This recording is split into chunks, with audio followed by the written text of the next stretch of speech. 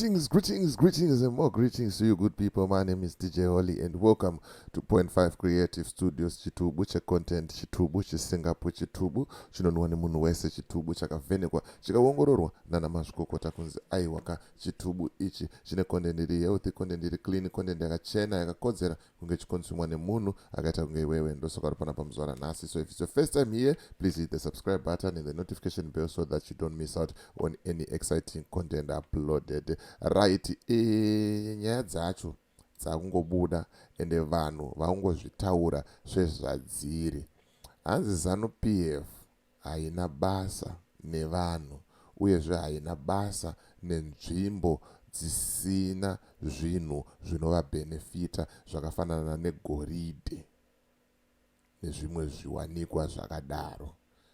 Hanzi ukangoona kukanzi kumasvingo kwaita goridhe vanogadzira road inonosvika ikoko. Kune dzimwe nzvimbo dzakaita sana Chirumhanzu nedzimwewo dzakadaro hakuna kana dust road since 1980 until now. Ndonyaya yandiri kufamba nayo manje sezvo munoziva tinofamba nedingindira rekuti umbowo. Ndoda kuti ndikuratidzei video clip iripo, mozvinzwira mega, mozvionera mega, wosiya comment mucomment section uchitaura kuti chingave chokwadi here kana kuti kunyepa mashoko ari kutaurwa nemusharuko ari panapa. Nditi but ndisandapinda munyaya yangu zvizere, tungotaura kuti gwenzi rephytomed richiripo. Kana uri muSouth Africa, bata nhamba dziripo apo pascreen kuleft nekuright kwako, wotaura nevaskana ivavo, wotaura ndabva nekuna DJ Holly ndikuda gwenzi rephytomed. Aiwa kava nokusota ipapo uyezve vanhu vanovimbika, vanhu vakaita sei vakatendeka. Nditika right, tikatipinde muvidhio redu tizvionere, tizvinzwire kuti zviri kumbonyasofamba sei uye nyaya dzacho dzakambonyasomira dzakanyasomira 1-1.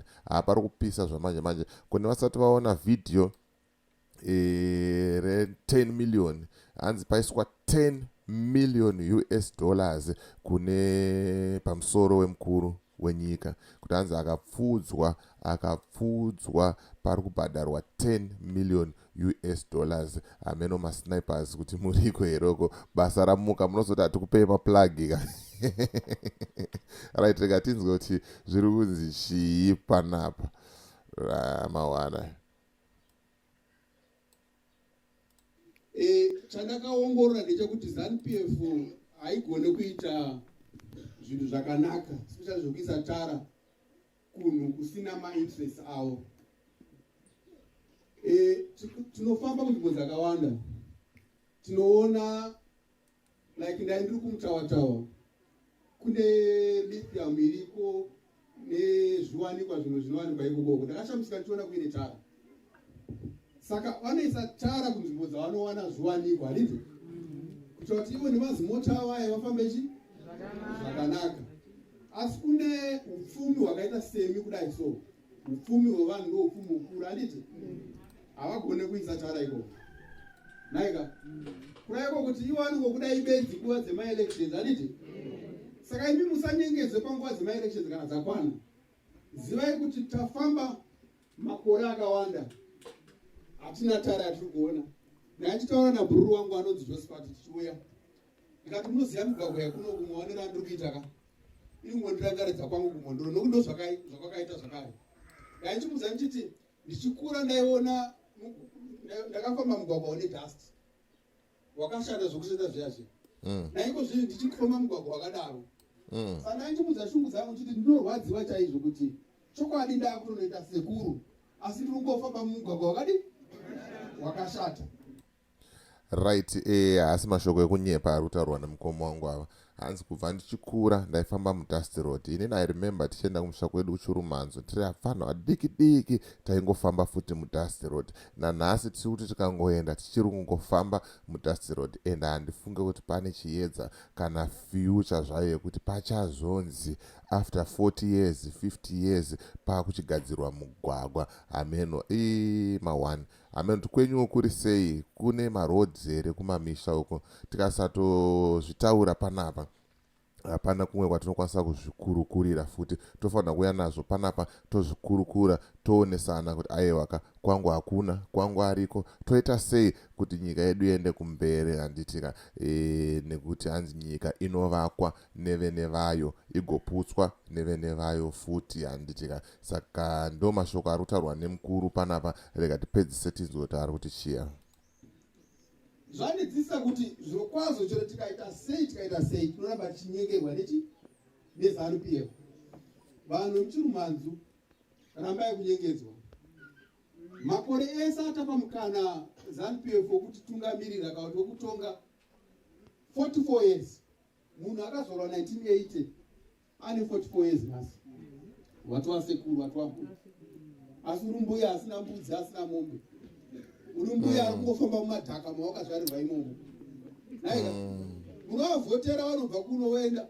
Mukaona ana Barbara Rose vaya vanopenya zvokupenya zvazvo. Makeup dzavanenge vakaisa dzinodhura. Naika havana shungu nemimi. Havana kana shungu nemi. Ndaintarisa matombo akanyorwa zvakanyorwa mukati munhu anga ari pataiti nacheza. Anga akaomeserwa zvokuomeserwa zvazvo. Right, ipapo mashoko echokwadi ipapo. Tarisa makanzera, wotarisa ma-MP, wotarisa vanhu vese vatakavhotera, uchizvitarisa iwewe. Wozvitarisa iwewe, ndopaunoona musiyano kubva kuganda, kubva kumota dzekufambisa, kubva kudzimba kuenda kudzimba dzekugara, kubva kuchikafu.